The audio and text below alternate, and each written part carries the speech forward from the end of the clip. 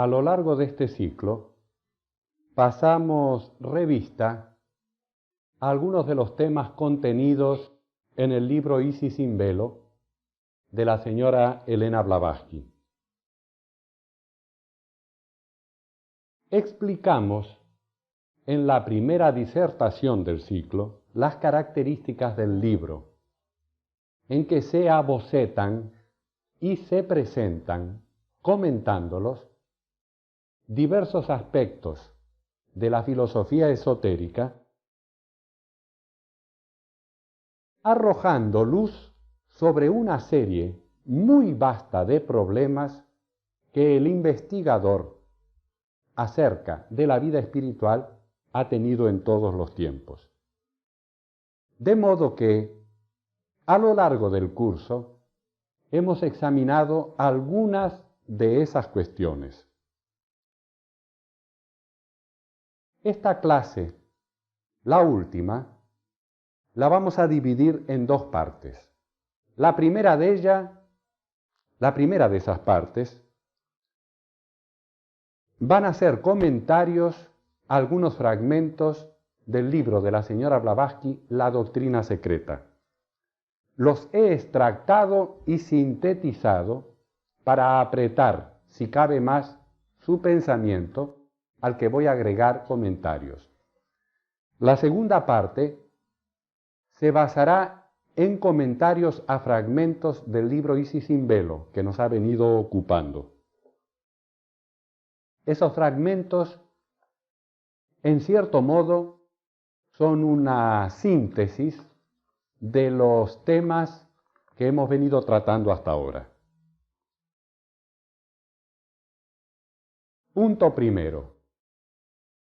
La doctrina secreta es la sabiduría acumulada de las edades. Su cosmogonía es el más asombroso y acabado de los sistemas, y los hechos de su desarrollo han ocupado a generaciones de innumerables clarividentes iniciados para ordenarlos, consignarlos y explicarlos a través de las intrincadas series del progreso evolutivo.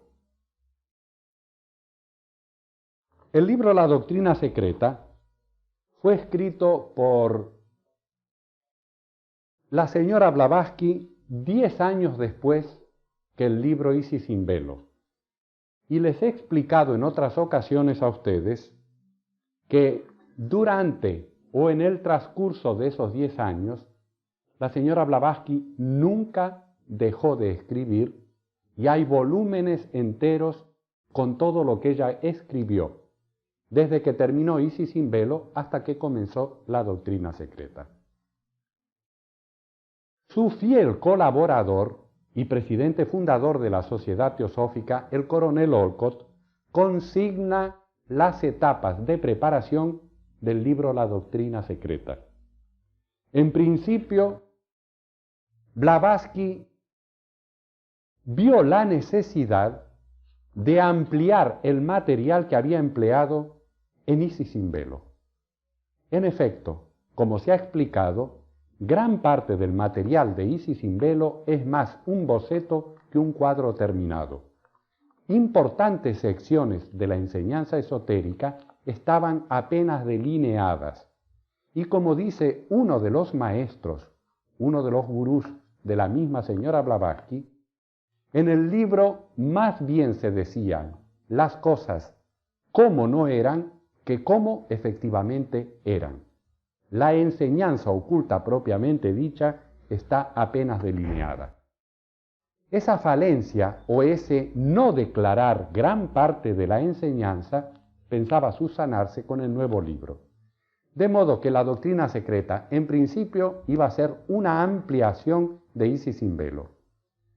Pero los materiales que fue reuniendo la señora Blavatsky a lo largo de esos 10 años, más su propio entrenamiento oculto, la adquisición de conocimientos por su parte, hicieron ver que no iba a ser una ampliación del libro anterior, sino que sencillamente iba a ser un nuevo libro. Y así fue. Efectivamente, en la doctrina secreta se utilizan aproximadamente unas 20 o 25 páginas de Isis sin velo y todo el material es nuevo.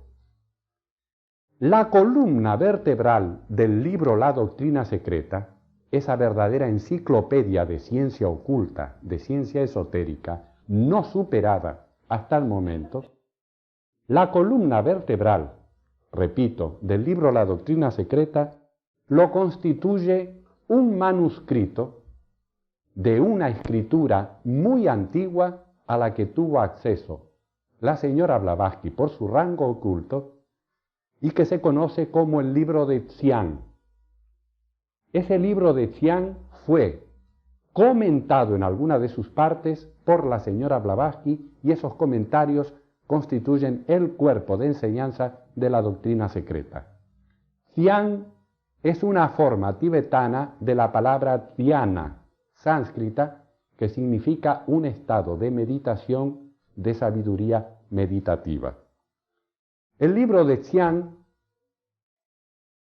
contiene a lo largo de sus pocas páginas ideográficas, porque no es un libro muy extenso, lo que son muy extensos son los comentarios al libro de Xian, contiene la visión de los clarividentes iniciados más notables de todas las épocas. De modo que cuando leemos esta declaración, que ahora voy a volver a leer, tenemos que colocarnos dentro de ese contexto. La doctrina oculta no es la elaboración intelectual de Madame Blavatsky. No es el fruto de especulaciones teoréticas de los maestros de la señora Blavatsky. Es el resultado de la observación psíquica y espiritual de hombres altamente evolucionados a través de la historia. Por eso, repito, la doctrina secreta es la sabiduría acumulada de las edades. Su cosmogonía es el más asombroso y acabado de los sistemas. Desde luego, hay que estudiar esa cosmogonía para ver cómo del seno de lo absoluto surge el depósito que llamamos la ideación universal, la ideación divina. Y cómo esa ideación divina da los modelos para el futuro universo que va a ser formado por las jerarquías creadoras. Verdaderamente, la cosmogénesis en la doctrina secreta es un todo asombroso, muy acabado. Los hechos de ese desarrollo han ocupado a generaciones de innumerables clarividentes iniciados, porque el clarividente iniciado tiene un entrenamiento de sus facultades psíquicas y espirituales. Las facultades psíquicas y espirituales existen naturalmente en una regular de personas en el mundo. Los estudios de parapsicología nos han demostrado por leyes estadísticas que todo ser humano tiene algo de psíquico y una enorme cantidad de seres humanos puede servir a los efectos de investigaciones psíquicas. Pero el psíquico natural, o lo que llamamos el psíquico de nacimiento, puede muy bien no estar entrenado para lo que se ve, porque no se trata de ver o percibir cosas, sino de interpretarlas inteligentemente, que eso es lo que no interpreta mucha gente que está en el interés psíquico, en el interés del desarrollo psíquico. Lo que estoy queriendo decir es que no basta simplemente, no basta ver. Lo que importa es exactamente qué es lo que se ve, cómo se interpreta lo que se ve. Y para esto podemos poner un ejemplo muy sencillo. La visión de este mundo, del plano físico, del mundo físico, de la naturaleza, de los procesos de la evolución natural, vistos por un salvaje o por un genio, como Einstein, por ejemplo, o como un Rabindranath Tagore. ¿Cómo ve este mundo un salvaje y un genio de la ciencia o un genio de la filosofía? ¿Creemos que ven el mismo mundo o que ven las cosas de la misma manera? Claro que no. El salvaje carece de la inteligencia para interpretar el proceso de evolución. El sabio ha desarrollado una regular cantidad de inteligencia para interpretar el proceso de la evolución. Quien ve no son los ojos físicos. Los ojos físicos ven el funcionamiento de las formas. Pero quien ve en el sentido de interpretar es la inteligencia espiritual.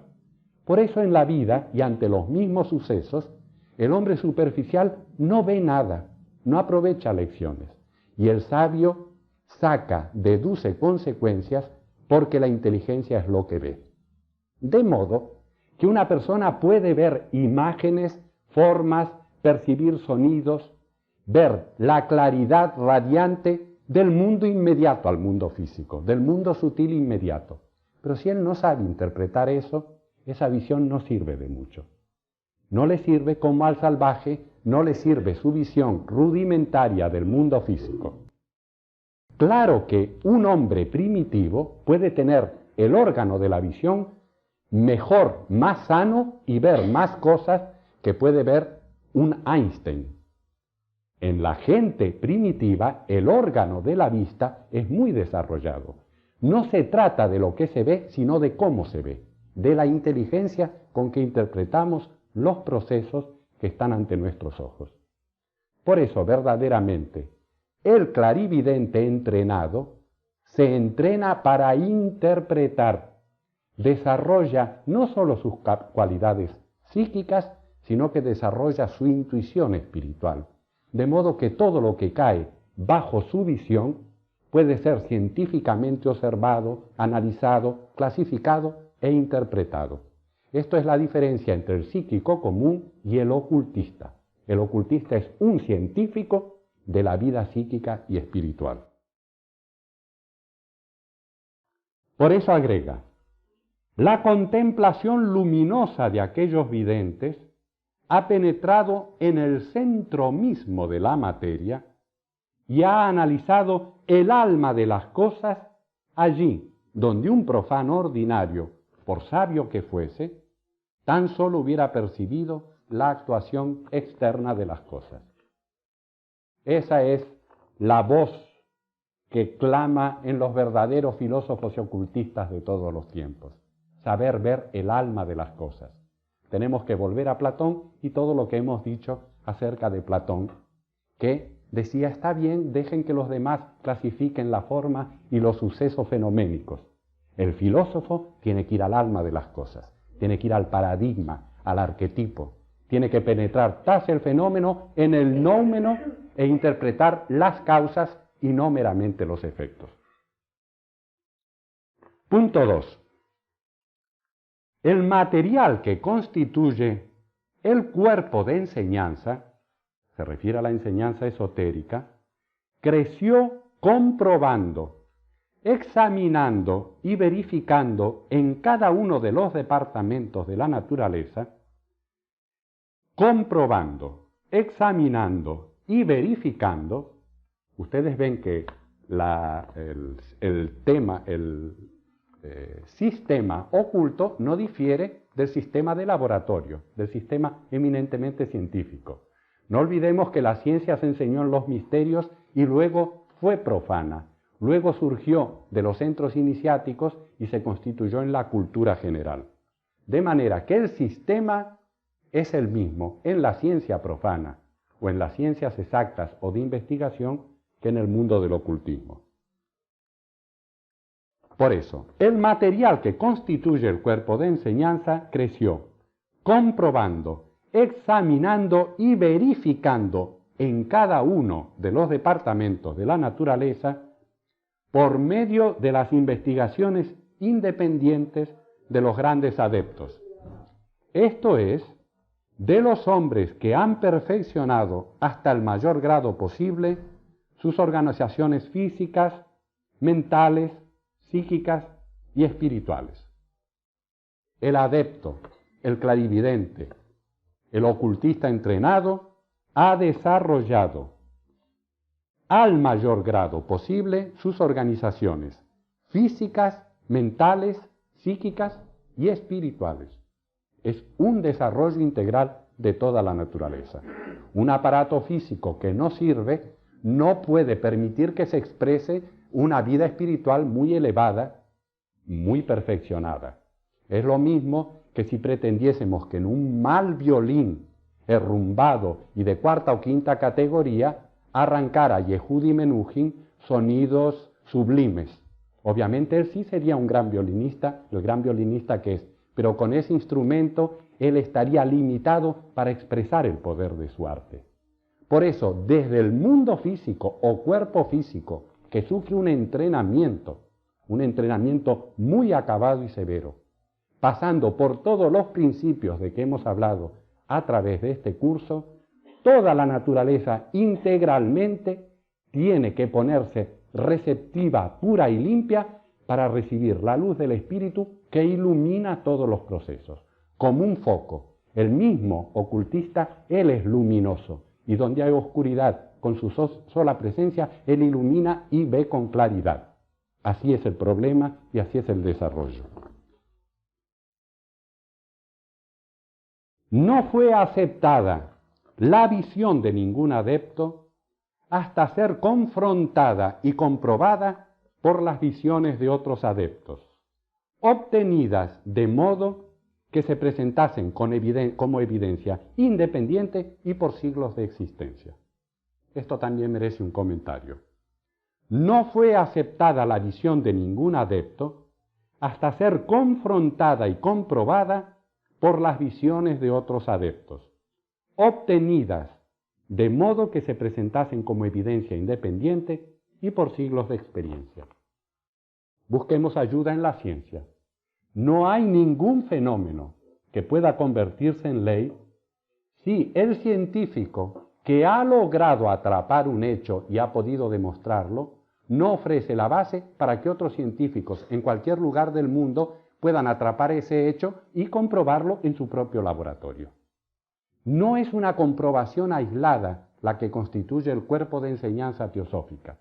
Es la comprobación repetida de muchos videntes y adeptos. Y la comprobación repetida de los mismos hechos de esa gran cantidad de videntes y adeptos, entonces pasa a constituir parte de la enseñanza. Esto es muy importante porque en el mundo psíquico, sobre todo, la visión de una persona que es honesta acá en el mundo físico no es garantía para que sea exacta y que sea correcta. La materia, la esencia, la sustancia que llamamos materia, ese plasma universal, en los mundos sutiles es mucho más plástica y receptiva que la materia física. Cuando hablamos de la influencia del pensamiento materno en la criatura que va a nacer, explicamos la característica de la luz astral, de esa zona o franja intermedia y psíquica de materia que era muy plástica y era capaz de recibir el pensamiento. Ustedes recuerdan cómo dijimos que la materia densa, esta carne en que nosotros estamos viviendo, con el correr de los años, sufre el impacto de las condiciones psíquicas de nuestra existencia, y conté la historia, que siempre es tan expresiva, del presidente Lincoln, cuando se refirió a un caballero y dijo que toda persona era responsable de la cara que tiene después de los 40 años. Efectivamente, la materia física va amoldándose a los contenidos psíquicos y espirituales. Y por eso llegamos a la madurez y a la vejez con un tipo de rostro que representa todo lo que hemos pasado y todo lo que contenemos. Eso ocurre con la materia física, que es la más densa, la más pesada, la más opaca. Pero a medida que nos acercamos en los mundos espirituales a la raíz de la materia, a la sustancia cósmica indiferenciada, esa sustancia se va haciendo más plástica y responde a los requerimientos de la vida con mayor rapidez. Mientras que en el mundo físico tenemos que abstraernos y soñar despiertos para imaginarnos cosas que pueden ser placenteras, en el mundo psíquico inmediato esa imaginación toma inmediatamente forma en la sustancia de ese mundo. Estudiamos eso en los libros de teosofía como formas de pensamiento o corrientes de la materia vivificada por la voluntad, por el deseo, por el pensamiento, que emana del propio ser en los mundos sutiles y que lo envuelven como una atmósfera. Esas formas de pensamiento son vistas por el clarividente, han sido clasificadas. Hay algunos libros donde inclusive se trata de dar reproducciones en una estampa de algo que es vital, vivo y que se ve de otra manera que como se puede ver en una estampa física, pero por lo menos sirve para que tengamos una cierta idea de lo que la visión clarividente ve en la luz astral o ve en los mundos sutiles, psíquicos, inmediatos al físico.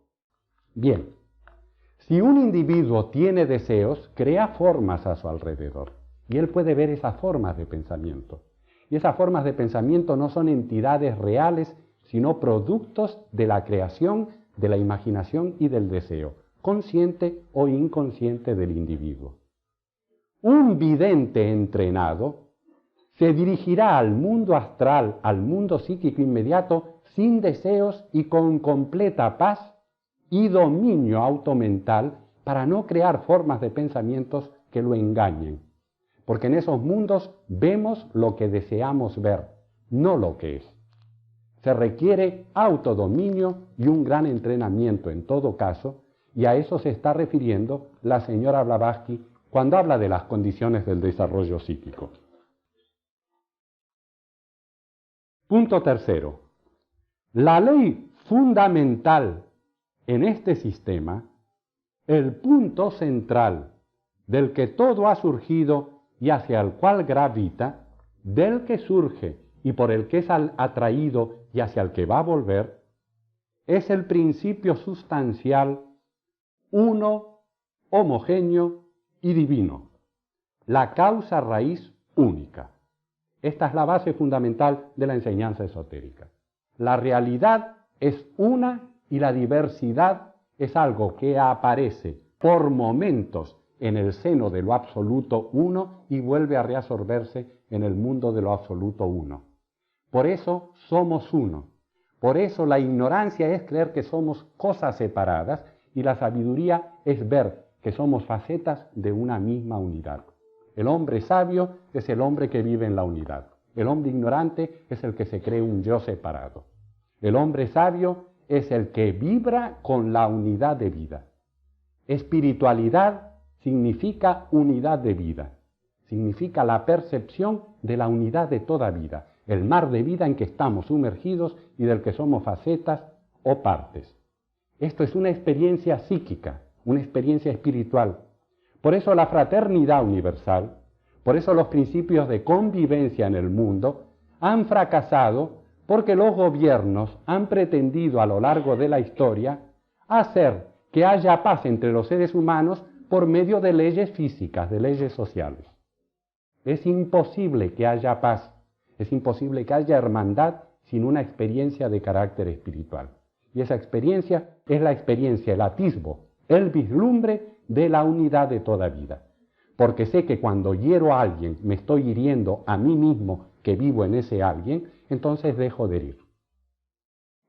La fraternidad está basada en una sabiduría superior y en una experiencia de carácter espiritual. Eso es la unidad, esa es la espiritualidad. Todo lo demás es psiquismo y puede utilizarse para el bien o para el mal. Pero lo espiritual siempre se usa para el bien. No puede utilizarse para el mal porque es la unidad de vida que reúne todo el conjunto. El universo es la manifestación de esta esencia absoluta. Aunque la palabra esencia puede ser derivación del verbo esse, del verbo latino esse, que significa ser, no obstante, no puede identificarse con un ser de ninguna especie concebible por la inteligencia humana a la raíz fundamental, a la realidad fundamental. Esto es una sutileza de la enseñanza oculta, y si se comprende esa sutileza de la enseñanza oculta, todo lo demás va a tener menos dificultades de comprensión en la metafísica esotérica. Como decía Giordano Bruno, hay ciertos presupuestos fundamentales y universales que, bien conocidos, nos permiten que todo lo demás vaya bien. Y la comprensión de que nos está hablando Blavatsky es uno de ellos.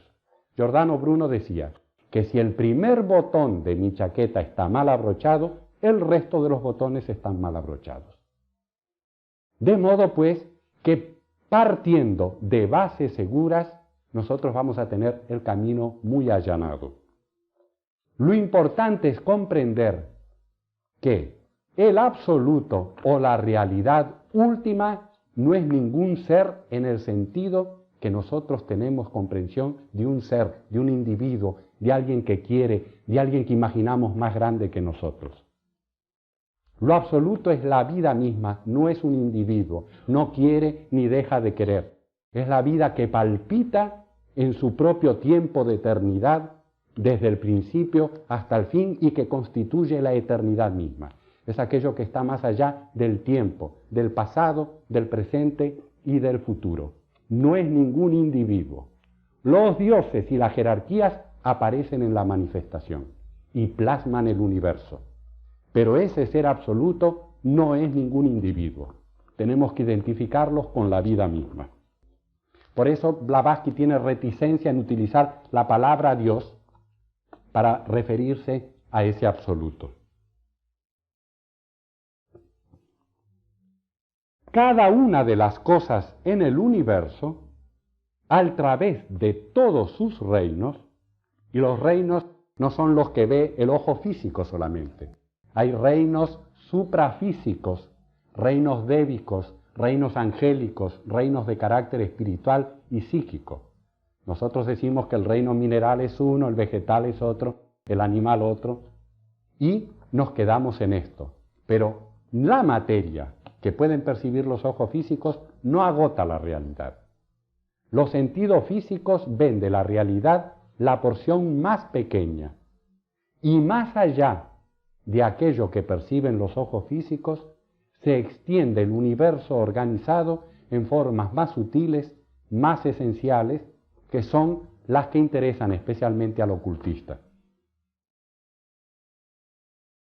Cada una, repito, de las cosas en el universo, a través de todos sus reinos, es consciente. Esto es, se halla dotada de una conciencia de su especie propia y en su propio plano de percepción. Debemos tener presente que, sólo porque nosotros no percibamos señal alguna de conciencia en las piedras, por ejemplo, no por eso tenemos derecho a decir que ninguna conciencia existe allí. Después de esto se descubrió la fatiga de los metales y se ha ido avanzando, no porque los científicos cejaran en su materialismo, sino porque la misma ciencia va llevando la física a la metafísica, es inevitable. Cuando la materia se nos deshace de las manos y no tenemos sino un campo de energía, ya no estamos en lo físico, ya estamos en el mundo inmediato superior. De manera que, como decía Swami Vivekananda a fines del siglo pasado, no nos apuremos, porque la física va a llevar a la metafísica. Es inevitable que el pensamiento profundo de un individuo, cuando observa bien este mundo, dice esto no es la realidad, y busca una realidad más allá. Se da cuenta del fenómeno y del nómeno. Entonces, más allá del fenómeno, se busca el nómeno, que es la madurez necesaria para la vida espiritual.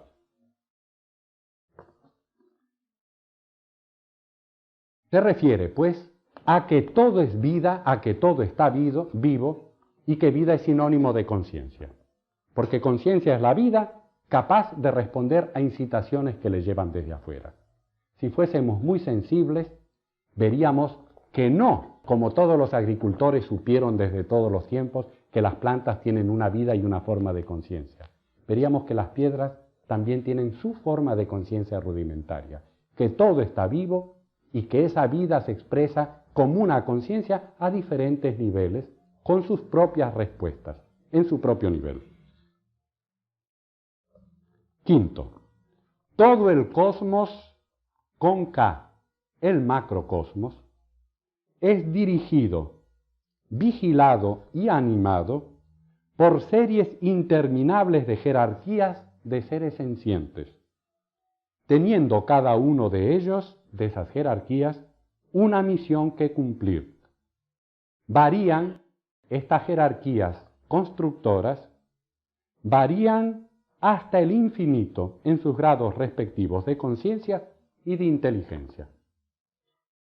Las jerarquías más comprensibles para el hombre son las que conforman lo que ayer les expliqué, que conforman el gobierno interno espiritual del mundo, que tiene jerarquías a varios niveles y que, estando conectadas con la humanidad y con los procesos de los reinos de la naturaleza, trabajan directamente con el hombre y podemos acceder a ese conocimiento. Pero en mundos más sutiles, en esferas, en evoluciones más sutiles, existen las respectivas jerarquías muy evolucionadas y prácticamente incomprensibles para nuestra estrechez, para nuestra pequeñez mental actual, para el hombre común.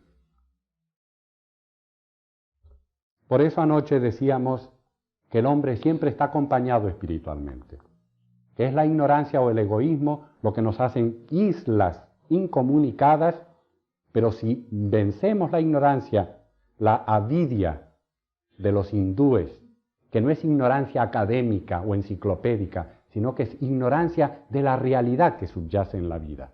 Si podemos vencer esa ignorancia y ese egoísmo, vamos a estar comunicados con fuentes espirituales que quieren comunicarse con nosotros, pero que nuestra propia sordera, nuestro propio ruido, nuestro propio ocuparnos de nosotros mismos, impiden que escuchemos. Como dice un hermoso tratado oculto, La luz en el sendero, escucha el canto de vida, porque hay un canto de vida espiritual que resuena en todo el universo. Y si nosotros sintonizamos por vida interior, por purificación, por autodominio, a ese canto de vida, seremos uno con ese canto de vida. No hay que movernos de la silla donde estamos sentados, ni tenemos que desplazarnos de la ciudad de Rosario para eso. Todo el orden de la naturaleza demuestra una marcha progresiva hacia una vida superior. Existe designio en la acción de las fuerzas, al parecer más ciegas. La evolución completa con sus adaptaciones la adaptación completa con sus adaptaciones interminables es una prueba de ello. También este párrafo de Blavatsky merece comentario. Todo el orden de la naturaleza demuestra una marcha progresiva hacia una vida superior. Porque el materialista interpreta la evolución, la transformación, el cambio, como la actuación de fuerzas ciegas. La diferencia que tendríamos los esoteristas con los materialistas es que para nosotros esta progresión evolutiva es inteligente y dirigida. Dicho en otras palabras, el universo es dirigido, el universo se dirige a algún lado. La vida no es ciega. Lo que la naturaleza, lo que nuestra conciencia, lo que todo aquello que se mueve, aspira y se dirige es a una meta de carácter de perfección. Toda la naturaleza no se queda quieta y se mueve hacia una meta de perfección. Esto es en cuanto al primer párrafo que dice: todo el orden de la naturaleza demuestra una marcha progresiva hacia una vida superior. Existe designio en la acción de las fuerzas, al parecer más ciegas. La postura de la filosofía esotérica es que aún en las fuerzas que suponemos ciegas existe designio, porque la naturaleza está empujada, está ayudada por inteligencias de carácter cósmico y efectivamente todo lo que vemos no se queda quieto y ese no quedarse quieto implica que va hacia una cosa superior. La evolución completa con sus adaptaciones interminables, por eso la naturaleza se adapta y todos los Todo lo que vive se adapta para seguir el curso evolutivo. Es una prueba de ello. Algunas veces se me ha preguntado, pero ¿y si hay un dirigismo y las cosas van a su perfección? ¿Por qué la humanidad está hoy en conflicto, en guerra, en miseria y en dolor, como nunca en la historia de su evolución? Esta es una pregunta que le sale al paso al expositor teosófico a medida que visita distintos lugares, y personas racionalistas que están escuchando con inteligencia aquello que uno dice, lo que uno predica, tienen derecho a decir, efectivamente, si todo se mueve dentro de un plan en que la inteligencia y el supremo bien dirige a la perfección las cosas, ¿por qué el estado de una humanidad, no del resto de la naturaleza, que no tiene individualidad propia y es obediente a los dictados de la evolución? En la naturaleza no hay conflicto, pero solamente en el reino humano hay conflicto, en la humanidad hay conflicto. Porque ese conflicto es más fuerte, es más profundo, al extremo de que abrimos un diario cada día, y si somos conscientes y sensibles al dolor humano, quedamos sobrecogidos. Porque la apertura de un diario y el pasar revista a lo que pasa en el mundo nos hace ver a nosotros cuánto de conflicto y de dolor, o en cuánto conflicto y dolor está sumergida la humanidad. Eso tiene una explicación. Y la explicación es bien coherente y es bien natural. Los niños, porque cada uno de nosotros revive y pasa por todas las etapas del desarrollo de toda la humanidad desde la primera raza raíz. Desde que la humanidad aparece en sus formas físicas y va adquiriendo consolidación física, después desarrolla su mente y después desarrolla otro tipo de facultades. Todo esto ha pasado en un larguísimo periodo de tiempo, porque toda la evolución humana se hace de acuerdo al esquema oculto a través de 7 grandes razas raíces que proveen las condiciones de evolución para la humanidad.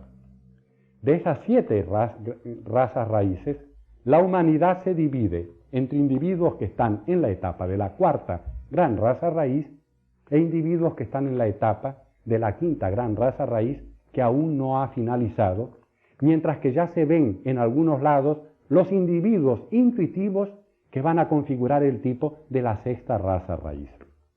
Bien.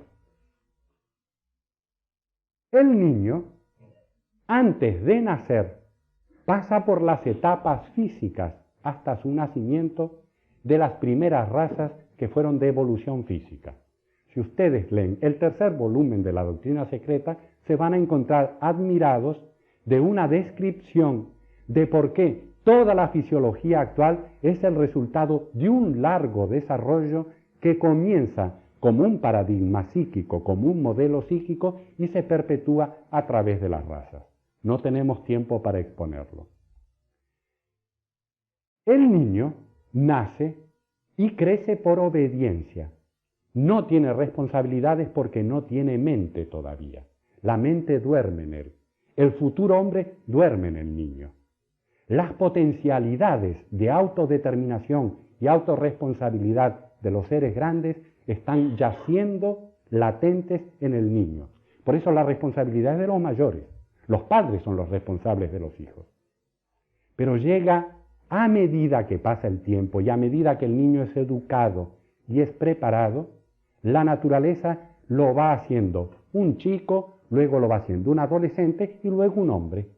Es esa ley de perfección que no tiene nada quieto, porque desde que nacemos nos dirigimos a la muerte, desde que somos bebés nos dirigimos a la ancianidad. Esto no es algo que nosotros queremos, es la ley de necesidad de que les hablaba anoche.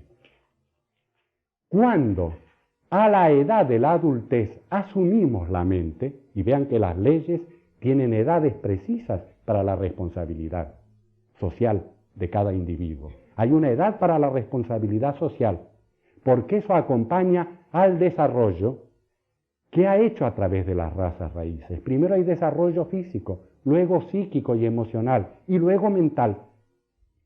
Cuando se adquiere el desarrollo mental, el individuo es responsable de sus actos, porque es autoconsciente. Si yo los trato bien o mal a ustedes, sé y estoy consciente de que los he tratado bien o mal a ustedes. Y también estoy consciente de que si los trato mal, va a devenir un demérito y un dolor en mi vida, porque el mal trae sus secuelas de dolor y de incomunicación, y el bien sus secuelas de amistad, de comunicación y de felicidad.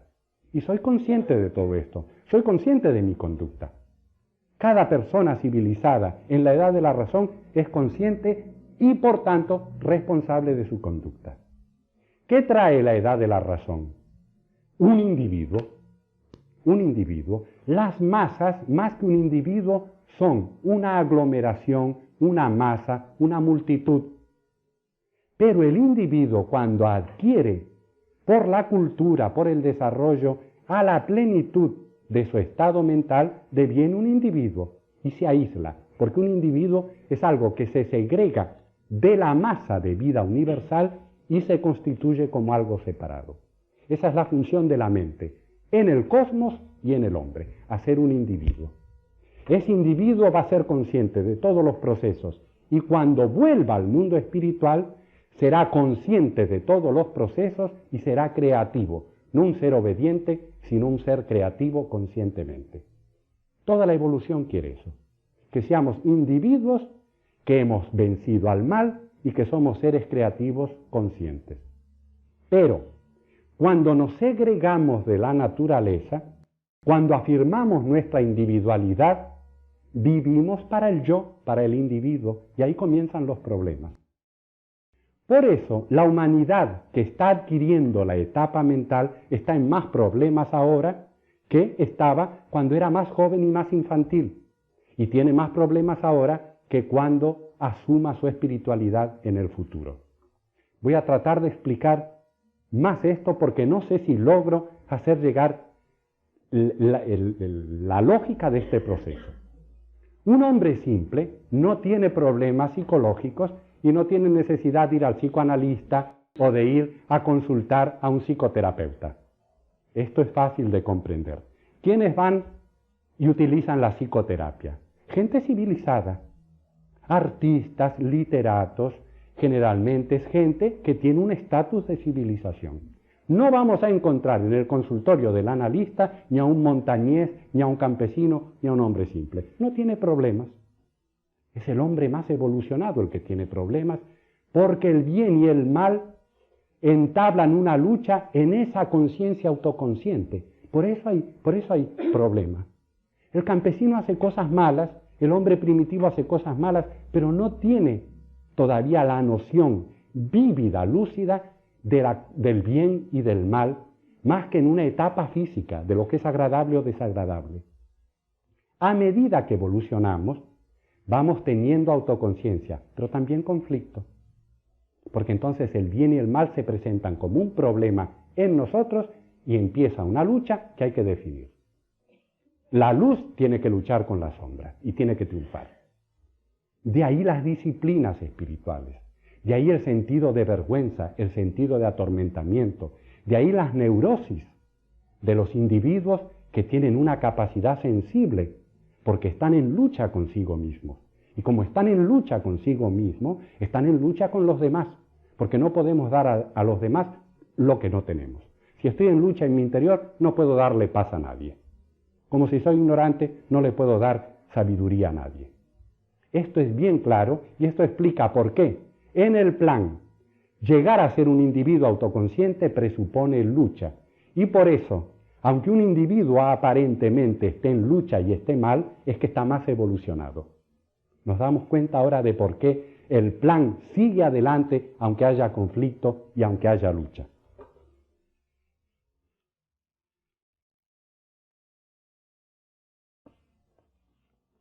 Pasamos ahora a los principios establecidos en Isis sin velo.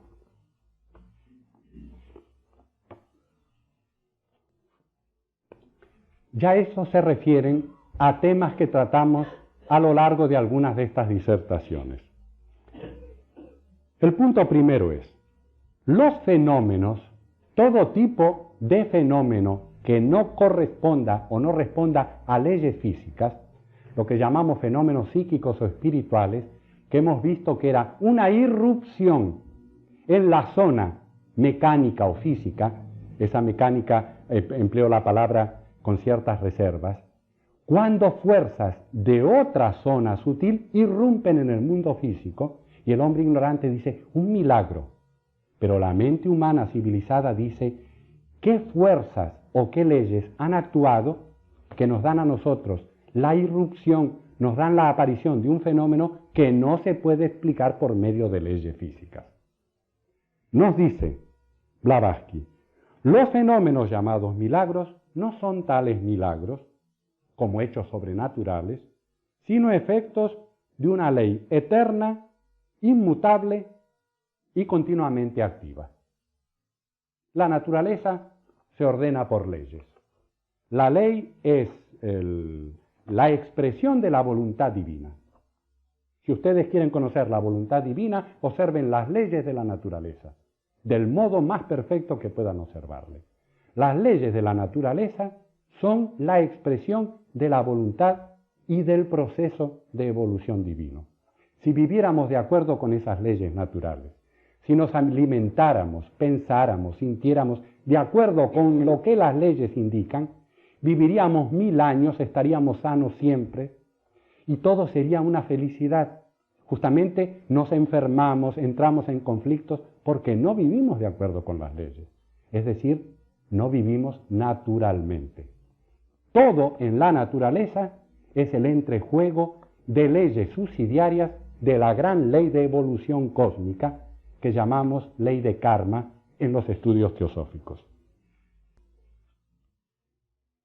Segundo, la naturaleza es trina. Es trina, es decir, consta de 3 principios fundamentales que se subdividen en 7. Pero Blavatsky en Isis da la clasificación trina. En su elemento invisible al ojo físico, es arquetipo, energía y vitalidad respecto al mundo objetivo y visible.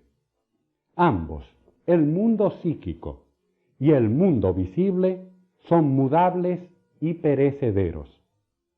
En subordinación al tercer aspecto de la naturaleza, al elemento espiritual, la única e inmutable realidad. Efectivamente, en la naturaleza, los principios psíquicos y físicos están sujetos al cambio, a la formación, al crecimiento, a la decadencia y a la muerte.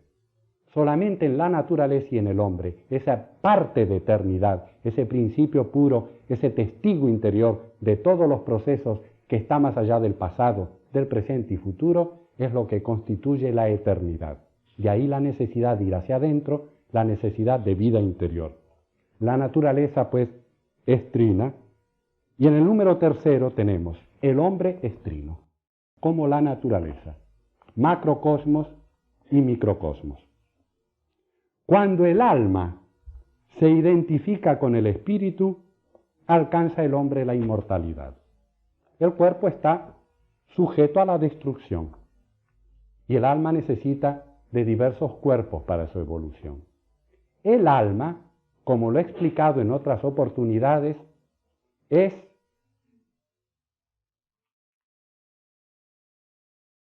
espiritual y eterna condicionalmente y depende de sus esfuerzos para borrar toda mancha de materia que su condicionalidad espiritual, por unión con el séptimo principio, con el Atman, con el principio espiritual, haga que ese alma participe de la eternalidad, que participe de la vida eterna.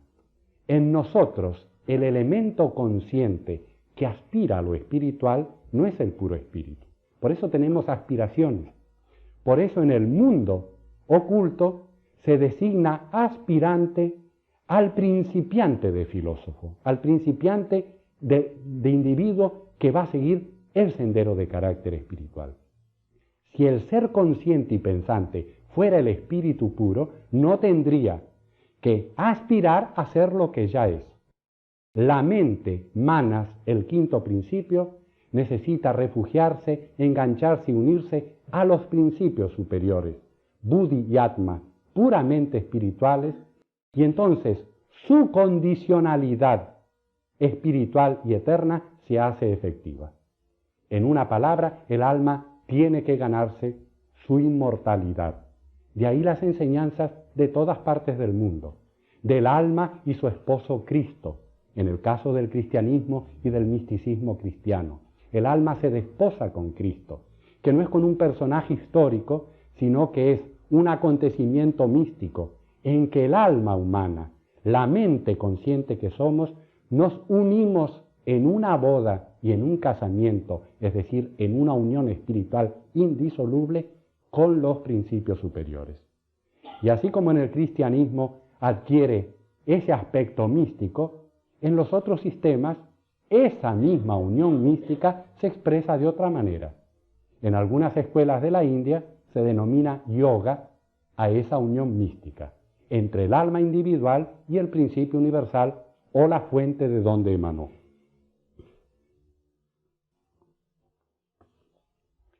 Magia es la ciencia de actuar espiritualmente en el cuerpo físico. Esta definición es tan notable que la repito. Magia, que es sinónimo de sabiduría, es la ciencia de actuar espiritualmente en el cuerpo físico de conformidad con los principios reguladores de la actividad del espíritu sobre la materia. Los estudiantes de teología saben que en la teología cristiana es común decir la carne es fuerte, el espíritu es débil, refiriéndose a la ley del pecado en nosotros. Estoy siempre hablando en un lenguaje teológico que implica que el aspecto más noble y elevado de nuestro ser sucumbe en muchas oportunidades a un enemigo que es más fuerte en ese momento. Así transgredimos la ley y hacemos cosas que nuestra conciencia nos reprocha. Y esas cosas no son cosas puramente físicas. Es el trato con los demás, es actitudes espirituales, psíquicas, de nuestra vida psicológica, no puramente lo físico.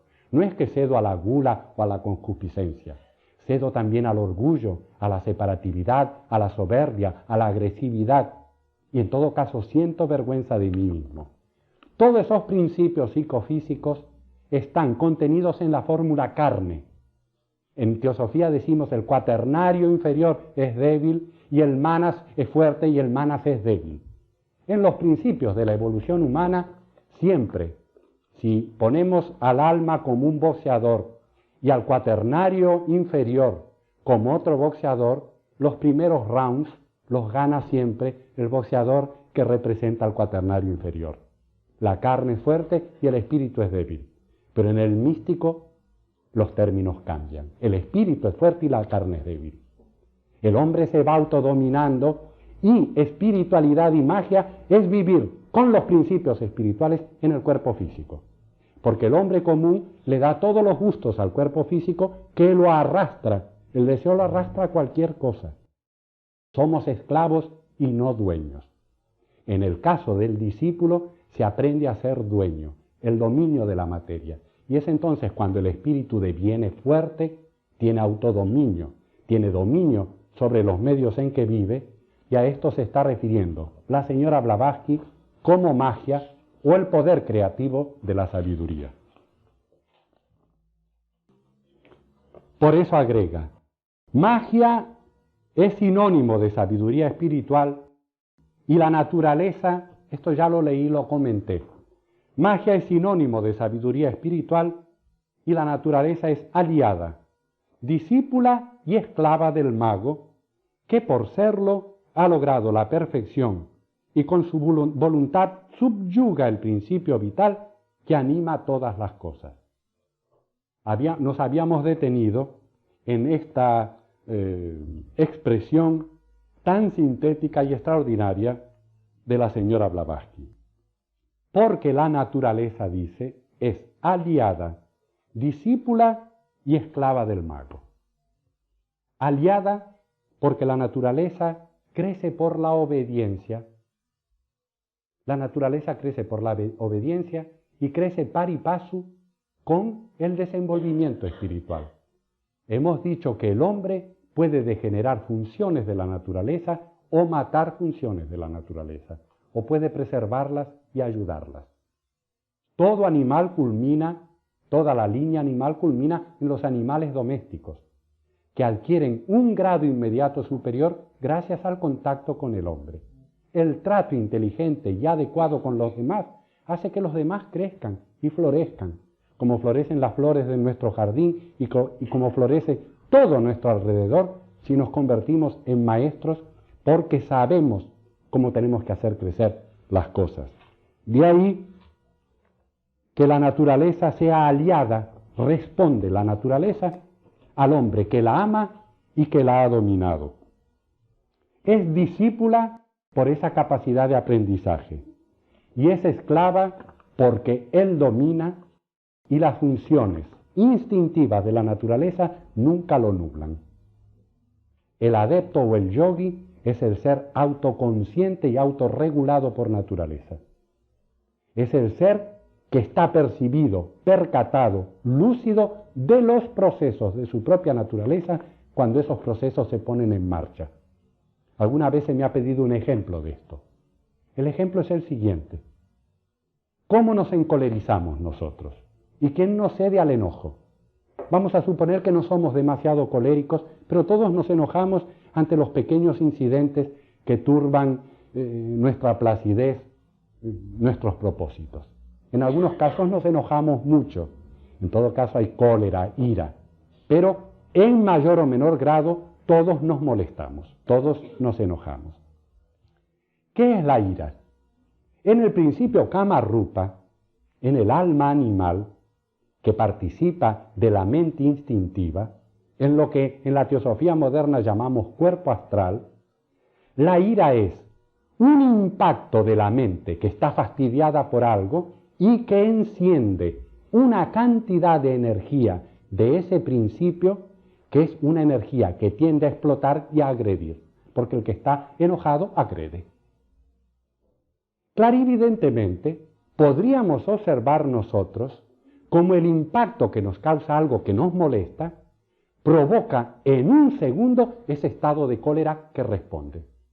Por eso decimos cosas y hacemos cosas y a los 10 minutos o al día siguiente estamos arrepentidos porque hemos insultado, maltratado, hemos herido a los que más queremos inclusive. Decimos, no quise decir esto. Y efectivamente el alma espiritual no lo quiso decir. Son los procesos propios de esa naturaleza plástica, vital, que tiene una vida formidable propia.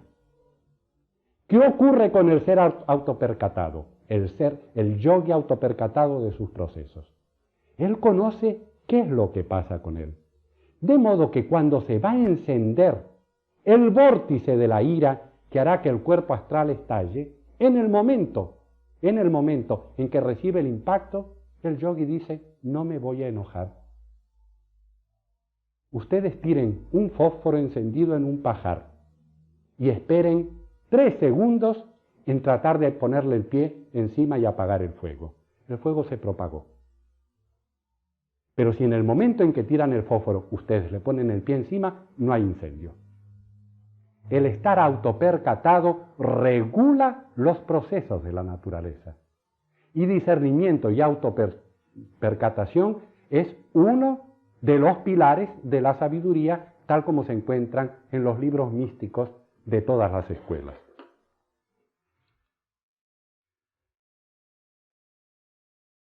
Bien, estos son los comentarios que quería hacer como finalización de este curso.